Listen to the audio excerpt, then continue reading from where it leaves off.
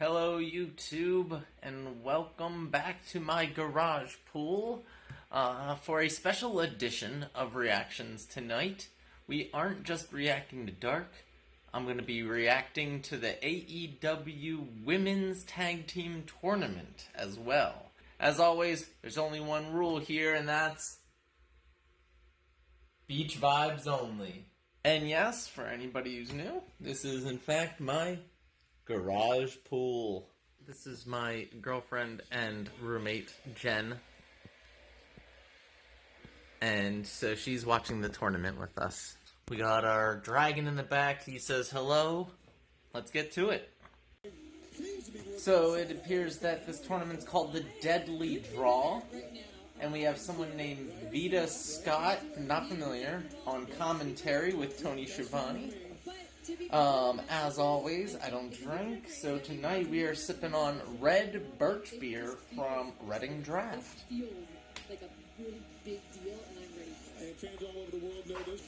Alright, we're starting with a ring announcement from, I believe that was somebody in the Guerrero family.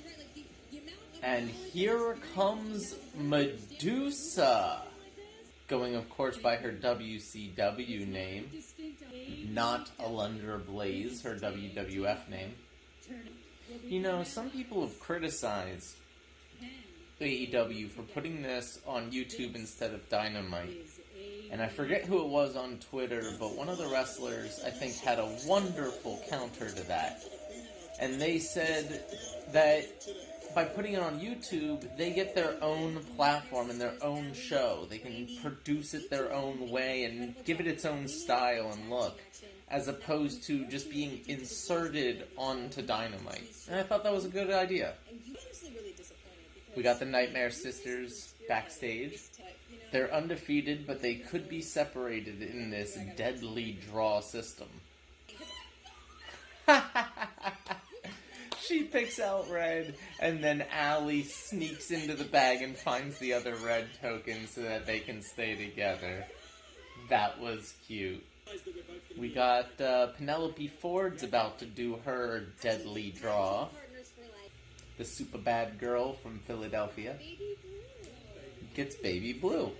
And apparently that matches her with that chick that was in the Nightmare Collective. I forget her name though. Mel, maybe? And so I guess we're gonna start off with a match between those two teams. So we got Penelope Ford with Kip Sabian, and Mel taking on the Nightmare Sisters with QT Marshall and Dustin Rhodes. Speaking of Brandy, there was apparently some issues with getting figures into Walmarts yesterday, but they're supposed to be possibly cleared up for tomorrow, so I'm gonna go out hunting for a Brandy Rhodes. Visual pinfall on Brandy there, but ref's back was turned. Oh, and now we're getting a fight between QT and Kip. Brandy with a spear! And they win! Nightmare Sisters stay undefeated. I actually already heard about this on social media. The former Tainara Conti, now just Ty, is teaming up with Anna Jay. Not gonna lie, I like both these ladies. They might be my current favorite before I hear the rest of the teams. So here's the introduction. Anna Jay comes out with the Dark Order, the entire Dark Order, all 7 other members. And she looks really good with Tay Conti. They're going to be taking on the team of Arian Andrews, the former Cameron from WWE, and Nyla Rose. We heard about this on AEW Dynamite this past week. I also don't think that they're going to be pushing the singles stars too much here.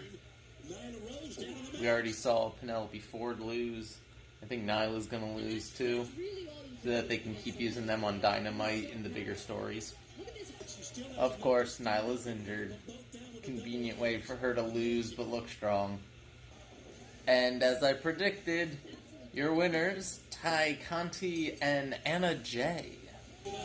And of course, Nyla beats up Ariane after the match, but strangely, Ty Conti comforts her. Backstage, Allie and Brandy getting interviewed, and Brandy's really cocky, like heel cocky, taking all the credit, and Allie doesn't like it. And there it is. She's the first woman to have an action figure in AEW. Rubbing shoulders with the brand manager will get you an action figure, she says to Allie. Gotta love action figure talk. And there's our first look at the bracket. Both our winners for tonight are in, it looks like, opposite corners of the bracket. And this will pick up next Monday. And now we're starting Dark. And it looks like we're getting a classic Dark match to start. Will Hobbs versus Scorpio Sky. Fair enough.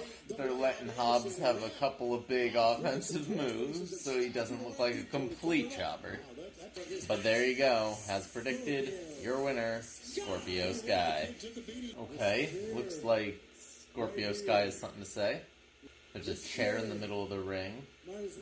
The chair symbolizes a throne because he's the king of AEW Dark. Not to bury the show, but that's not what he wants to be. He and Moxley are the only two people in AEW to have beaten Jericho. He's got a good point. He's got a really good record, but he's unranked, and he can't even get on Dynamite lately.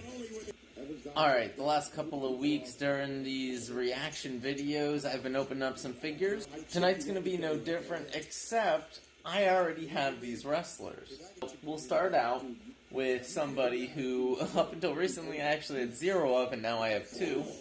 This is the Nightwing version of Ricochet from Series 109. It is a basic, so I might only use this maybe for pay-per-views, just because he is in this cool outfit. And I'll use my Elite for most of my action figure reviews. So, it's not that bad on this figure, but the legs are slightly uneven. That's not that big of a deal with Elites, because they have the additional articulations on the knees and ankles, but it gets a lot harder with the basics, because there's less places to kind of compensate. Looks like this guy is leaning a little bit to his right, but it's not that bad, and he still stands up pretty stable. The paint job on the face is really, really good. The joints don't seem that stiff, which is really nice. And I'm really liking some of the detail work here with the paint. But there you go. That's the basic Ricochet in his Nightwing-inspired outfit. Up from that same Series 109, we got Lana. Now, the Lana I've been using, I actually got originally when she was still valeting for Rusev.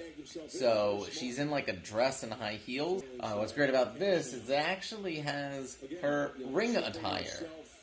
But what's even cooler, and the whole reason I got this, to be completely honest, is because the normal Lana is in red ring gear, and if you look, this one's in blue. This is what's known as a chase variant, but basically it's just a variation on one of the figures that they put out in limited quantities. So it's pretty rare to come across a chase variant, at least compared with the normal figures, and when I saw this, I had to get it. Since this is in the same series as Ricochet, my first fear was that it would also be off balance, but thankfully the legs appear to be pretty close to even on this one. Because of her long ponytail here, I wanted to make sure that the head really could move around pretty well, which it can. But yeah, there you go. Another really good figure. So I got 2 really good figures tonight, even though they're both basic. I'm really impressed with them. we're always gonna be skeptical when he comes out. But next we have Serpentico. And with the streamer. Apparently he's teaming with Aaron Solo, and they're taking on the Gun Club. Just Billy and Austin Gunn, because you can't call him Billy Gunn now. I seriously always forget how big Billy is. It's especially apparent when he's in the ring with a smaller guy like Serpentico. Okay, so Austin Gunn hits a famouser on Solo, but then wins the match by hip-tossing Serpentico and then pinning. That was weird, but yeah, they win. Of course, next up, our favorite AEW Dark competitors, Peter Avalon with Leva Bates, the Librarians, and Brendan Cutler, now known as The Initiative. They have a whole cute little entrance now where Brandon rolls the dice and Leva Bates curtsies, and I like it. They're taking on Sunny Kiss, the Concrete Rose, and Joey Janela, the Bad Boy. Sunny Kiss showing off his twerk-based offense. Commentaries emphasizing his dance background. Leva Bates interfering with the match a little. Ooh, Sunny Kiss off the top rope takes out both Avalon and Cutler. Leva Bates just did a sliced bread number botch? I don't know. But that was interesting. Leads to a near fall on Sunny Kiss. That was a really interesting double team maneuver, and for some reason, a double pin. Isn't that against the rules? They did a really good job in this match of making me think that Avalon and Cutler were finally gonna get their long-awaited first win. But alas, as you would expect, your winners, Joey Janela and Sunny Kiss. Up next, we got the red-headed Irish girl, Kylan King. Let's face it, about to lose to Abaddon. From the Black Hills, she comes crawling out to the stage. Tony Schiavone said that Abaddon's weight is 1,000 lost souls. Much like other supernatural wrestling characters, Abaddon is not fazed by big moves. Abaddon does the whole thing that I think Serpentico does too. And as expected, your winner, Abaddon. Apparently her finisher is like a modified spiked Hurricane Rana. I like it. Up next, we have the Hybrid 2's Jack Evans, accompanied, of course, by his tag team partner Angelico, taking on QT Marshall, who is accompanied, of course, by Allie. As a fan of Monster Energy drink, I think the Hybrid 2 are just basically a walking billboard for that product. So let me guess, Jack Evans gonna do a bunch of really, really impressive flip-based maneuvers. QT gonna play the baby face and, fight from the bottom, but eventually win. Somewhat as I predicted, QT has been taking the brunt of the offense so far. Jack Evans went for a huge corkscrew high-flying maneuver, and he missed. Now QT is on the offense. He doesn't have much character, but that Jack Evans is athletic as hell. He just did a standing moonsault with a corkscrew onto QT.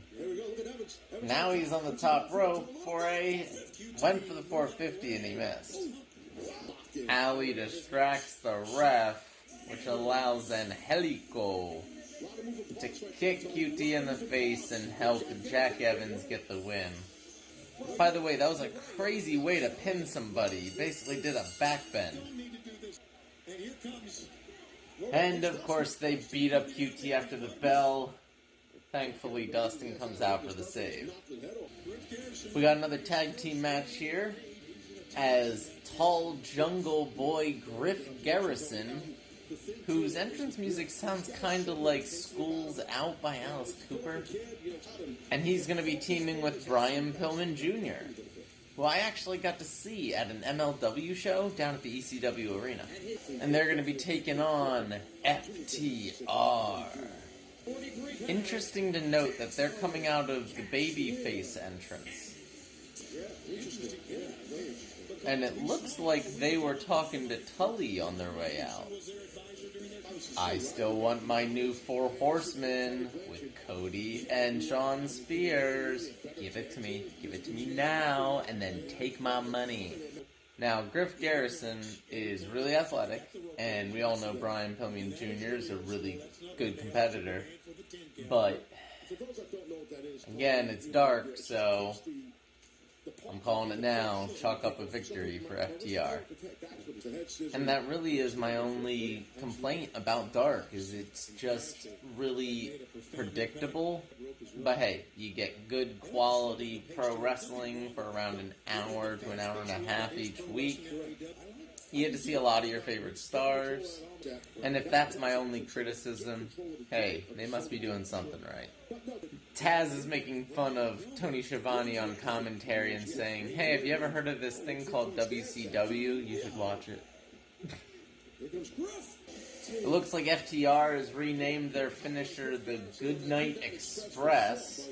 That's what used to be known as the Shatter Machine. They hit it on Griff Garrison and, of course, get the win.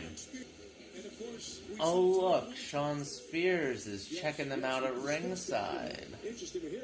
They go over and give him a knowing glance. I like it.